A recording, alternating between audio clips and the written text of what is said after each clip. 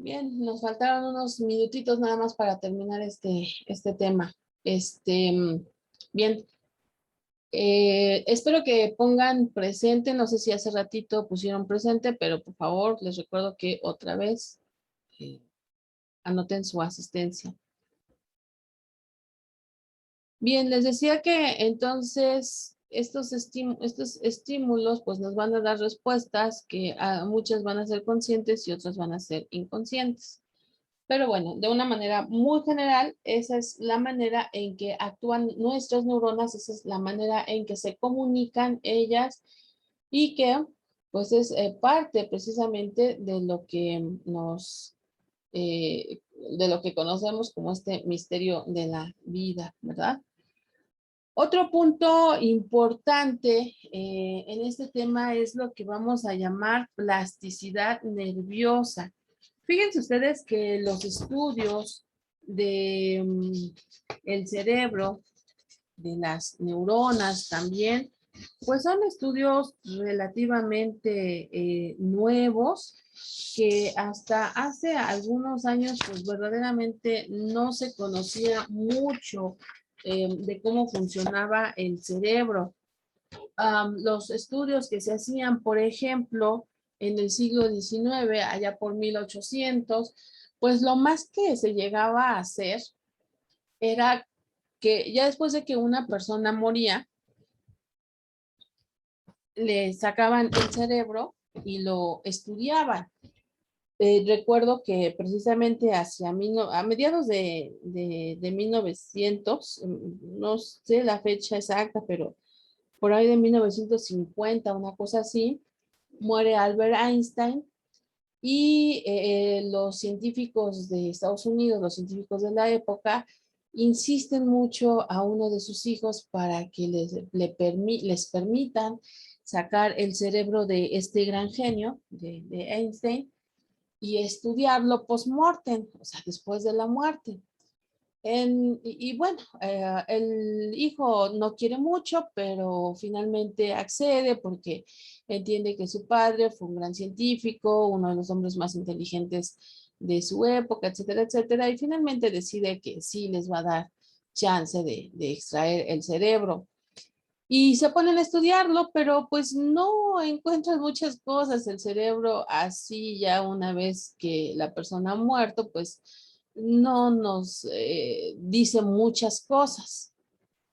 Pero sí, sí se ha aprendido a algo. Por ejemplo, esta enfermedad mental que se conoce con el nombre de Alzheimer es una enfermedad degenerativa que va dándose hacia el final de la vida, ya con personas de la tercera edad. Y el médico que estudió esto en el siglo XIX, Alois Alzheimer, cuando extrajo el cerebro de personas que habían muerto con esta enfermedad, se dio cuenta que el cerebro estaba en muy malas condiciones. Imaginen ustedes un cerebro sano, pues es esponjoso, tiene un tejido esponjoso, suave, relleno, abombado, tal vez sería la palabra, mientras que el cerebro de una persona con Alzheimer es como reseco, ya algo como chupado de agua, por poner una especie de analogía. Entonces, sí se descubrió y sí se entendieron algunas cosas del cerebro a partir de estudiarlo de personas ya fallecidas.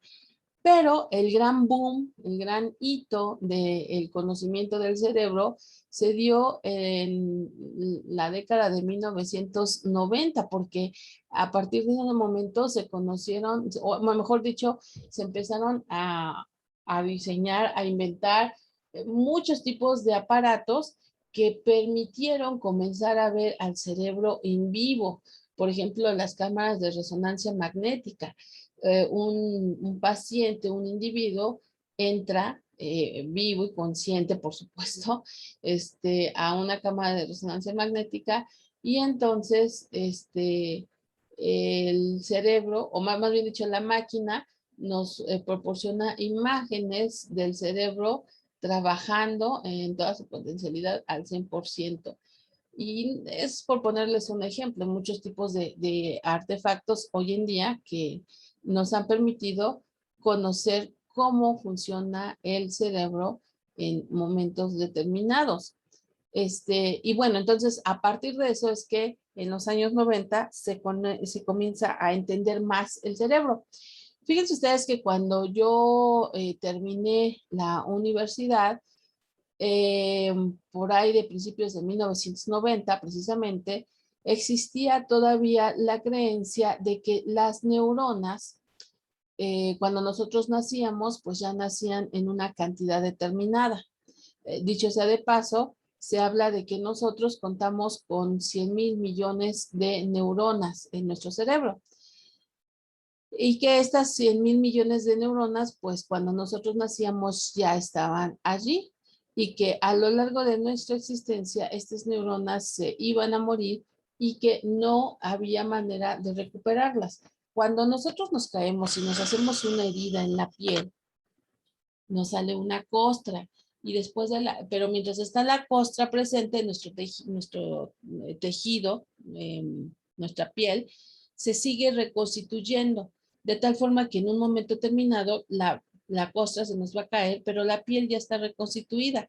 ¿Qué es eso? Bueno, pues simplemente muchísimas neuronas que se volvieron a reproducir se puentearon y unieron la piel que había sido desgarrada. Bueno, en el caso de las neuronas, se creía que no había forma de que las neuronas se reconstituyeran. Es decir, cada neurona que finalmente se moría, pues era una neurona de menos. Y todos los días, absolutamente todos los días, se nos van muriendo neuronas. Algunas ocasiones de una manera acelerada porque pues cuando consumimos drogas, cuando consumimos tabaco, cuando se consume alcohol en exceso, esas neuronas las vamos matando. Entonces, en esa época en que yo era estudiante, se señalaba que neurona que moría, pues era una neurona menos, que ya no podía hacerse nada por recuperarla. La buena noticia y lo que se ha descubierto entonces en estas últimas décadas es que hay neuronas o hay zonas en el cerebro con neuronas que efectivamente tal vez no se recuperen o no se vuelvan a producir, pero lo que sí se puede hacer es repuentear. Imagínense ustedes como un cable de electricidad que ya no sirve, pero entonces a lo mejor buscamos otro cable y la reconectamos. No vamos a hacer que el cable que se dañó vuelva a funcionar, no lo podemos hacer, pero lo que sí podemos hacer es buscar otro cable y reconectar con ese otro cable. Bueno, con las neuronas sucede algo más o menos parecido. Se pueden repuentear. ¿Y cómo se va a hacer eso? Bueno, pues ahora sabemos que manteniéndonos siempre activos. No porque la persona llegue a la tercera edad quiere decir que ya no puede hacer nada o que ya no debe de hacer nada. Esto es completamente falso. Para que nosotros, o por ejemplo, cuando alguien sufre un accidente y se golpea en la cabeza, para que el cerebro comience a trabajar pues más o menos en condiciones normales, debe de estar haciendo constantemente, por ejemplo, lectura. Nunca debemos de dejar de leer, hacer manualidades, dibujar, por ejemplo, recortar, aprender un nuevo idioma. Es muy bueno que las personas mayores aprendan otro nuevo idioma o a tocar un instrumento musical. A lo mejor yo nunca aprendí a tocar guitarra, pero estoy en un momento adecuado para seguir aprendiendo y con esto se generan esos nuevos repuenteos. A esto es a lo que le vamos a llamar plasticidad nerviosa. Nos dice aquí la capacidad del encéfalo es cerebro, para para cambiar en respuesta a la experiencia. ¿Qué quiere decir esto? Si yo aprendo a tocar la guitarra, entonces aquí estoy teniendo nuevas experiencias. Y estas nuevas experiencias son las que van a hacer que mi cerebro siga funcionando adecuadamente. Si yo aprendo una coreografía, ¿sí? Si yo aprendo un nuevo bailable, si yo aprendo a tocar piano, por ejemplo, entonces eso va a hacer que, miren, fíjense, vamos a suponer que Originalmente esta neurona se conecta con esta neurona, pero esta neurona muere, por lo que sea. Entonces, ahora lo que se va a hacer es que esta neurona se va a reconectar con esta y entonces aquí puentean y entonces la información pasa. O sea, eso es lo que se debe de hacer, reconectar las diferentes neuronas. A lo mejor esta pues ya no está conectada, pero no hay tanto problema porque se ha empezado a establecer el contacto entre esta y esta, que a lo mejor anteriormente no estaban, pero que a partir de este momento pues sí están. Entonces, esto se logra precisamente con esas nuevas actividades. Y eso es a lo que le vamos a llamar plasticidad cerebral. Entonces, la nueva, ¿cómo podríamos decir? La nueva buena es que si bien las neuronas pareciera ser que no se reconstituyen, al menos sí vuelven a puentearse, ¿no? Y fíjense, ya para ir cerrando, para ir terminando, nos habla de este experimento. Dice crecimiento del encéfalo y experiencia. El experimento de Rosewind, las ratas jóvenes vivían en dos tipos de jaulas empobrecidas, sin nada más que manipular o explorar, o enriquecidas con varios objetos. Observen bien, aquí esta pobre rata solamente está ella sola, la reja, la jaula está muy pelona, solamente está este bebedero, aquí esto tiene agua, las ratas se acercan y toman agua cuando tienen sed, pero de ahí afuera no tiene otra cosa que hacer. De hecho, aquí esta jaula se ve muy grande porque estas jaulas de este experimento de Ronsbank, de Ronsbank, prácticamente no tenían espacio, entonces no hacían absolutamente nada. Pero ¿qué sucede, por ejemplo, con esta otra jaula? Observen, tiene un área para que suban, ¿no? Para que suban y anden por aquí, aquí para que también suban. Por ahí había un lugar donde podían apretar una palanquita. Entonces, esta reja, esta jaula, era, digamos, muy estimulante en el sentido de que las ratas podían hacer muchas cosas. Y fíjense bien lo que encontró. Cuando Ronswain examinó los encéfalos, es decir, los cerebros de las ratas, encontró que el grupo empobrecido tenía neuronas más grandes, perdón, enriquecido. Ay, aquí me equivoqué. Las ratas de control con el grupo enriquecido tenía neuronas más grandes con más conexiones sinápticas que aparecen como dendritas en el dibujo. Aquí tenemos, entonces, esta es la jaula enriquecida, esta es la jaula de las ratas que podían subir, bajar, brincar, correr de aquí para allá.